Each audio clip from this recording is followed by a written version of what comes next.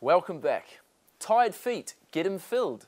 Not long ago, Victoria Beckham was photographed in flip-flops with grossly swollen and red bunions protruding from her feet. But she's not alone. Doctors say that over 80% of women experience foot problems as a result of wearing ill-fitted shoes. Now, the crew and I decided that we would do a little bit of our own market research, so you don't want to miss this. Right, I'm here with a group of ladies who are about to head off into town, and they're obviously all looking very nice. Some are wearing high heels and others are not, so just want to get your feedback, ladies, on does everyone wear high heels? Yes. Yes. Yeah. Now, some of you are in flats. Why is that? So you get really sore feet. Yeah? Like the balls of your feet get really sore. They burn. Yeah. They burn? They burn. And you get blisters a lot. Blisters. Pumping. Yeah. That's another thing. The heels, you get stuck. The bottom of the heels get stuck in all the cobblestones in London, eh?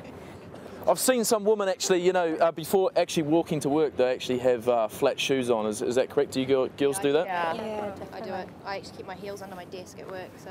I have a drawer of shoes at work. I do literally have a drawer of shoes at work, and I wear flats there and then switch when I'm there. Great.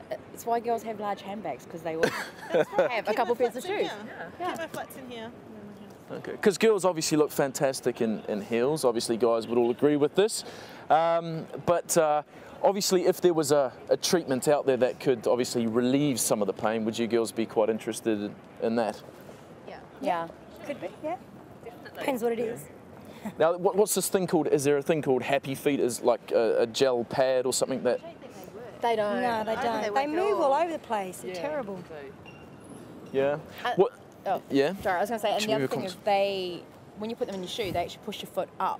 So you end up getting blisters on the top of your toes because it rubs. Okay. So I don't think they work at all. Okay. What if I could tell you guys that there was a little treatment that it's a little injection in the balls of your feet that can obviously give you a bit of a pad and obviously relieve some of the pain. It does disappear after a few months, but would that interest you ladies? Yeah. Definitely. Yeah, obviously depend on how painful it might be or the cost. But yeah, definitely worth considering. Because everybody loves, I think, to wear heels, you know, all girls. You feel different, you feel better about yourself, I guess. So. Great, and all you ladies would agree with that? Yeah. Yeah? You look like you're off on, you're out tonight in your Ugg boots still though, but you know, I'm not convinced. You want to see me tonight. Instead of buying a gel-fitted pad to put inside your shoes, you can use dermal fillers to plump out the balls of your feet. Doctors are now often using this procedure to cure the path caused by years of wearing high heels. Medics at the Birkdale Clinic in Crosby have seen a 20% increase in the number of women in their 40s asking for this jab. This isn't the type of pain induced by a pair of new shoes, but pain after years of teetering on high heels. The balls of the feet take a lot of pounding in high heels, but some women refuse to give them up. The procedure won't make them feel or look any better, but will certainly protect the nerves and the soft tissue and obviously stop them from swelling. And now, changing topics completely, we're going to bust the myth around fat transfer. You don't want to miss this.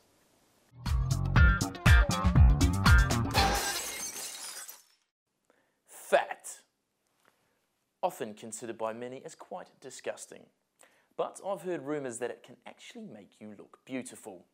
Well, we're about to go and explore this myth by talking to Dr. Josh Berkowitz at the Wimpole Aesthetics Centre. Dr. Berkowitz, I've heard the rumours that fat can be injected into the bum or breast. Is this true?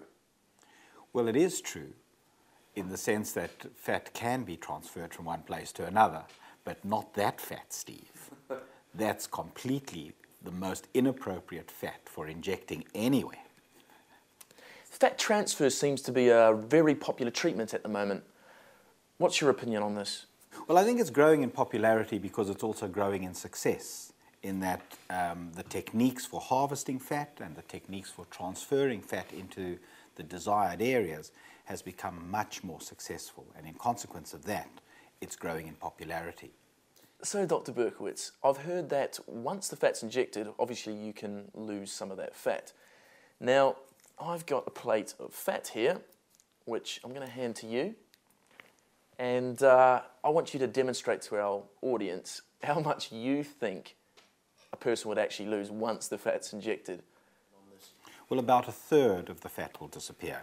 So if I use this block of lard as the example, then by removing 1/3, I keep 2/3, which is the amount of fat that's injected into the new site will survive and transfer successfully. This is provided, of course, that it's been harvested under the right conditions and injected as carefully as it should be by the protocols which are current at the moment. Now that we understand the theory of fat transfer procedure, we're going to shoot off now and actually see the procedure done by Dr. Grant Hamlet at Cosmetic Medical Group. Is this possible? Absolutely. Autologous fat transfer is definitely possible, and it's one of the modalities that surgeons and cosmetic doctors will use to reshape the body. It forms part of the body contouring package, if you will. And essentially, it's exactly that. We remove the fat from one area and reimplant it into a different area. What are the common areas where people have the fat transfer? I mean, there's male and female, and obviously they're going to differ slightly. The female population generally go for fat transfer either to the buttock, where you have sort of like a Colombian buttock lift, or you can have fat transferred into the breast. And nowadays they're doing a cell-enriched fat transfer to the breast, which gives you a better result, a longer lasting result. Whereas with the male side, also you can transfer it to the pec muscles, beef up their chest, basically. The big thing for me is that, transferring fat from your bum to your face. I mean, it's a weird concept, but, do people have a hang-up on this type of thing? Or? Well, I suppose you, if you're going to tell your friends, they may do, but it's essentially the same fat. It's coming out of your body and it's being transferred, if you will, to a different area of your body. So it's just moving the monopoly pieces, really. Well, you can see we've busted another myth that fat can be transferred from one part of the body to the other. But for this fat, all this is going to be good for is to improve my cooking skills.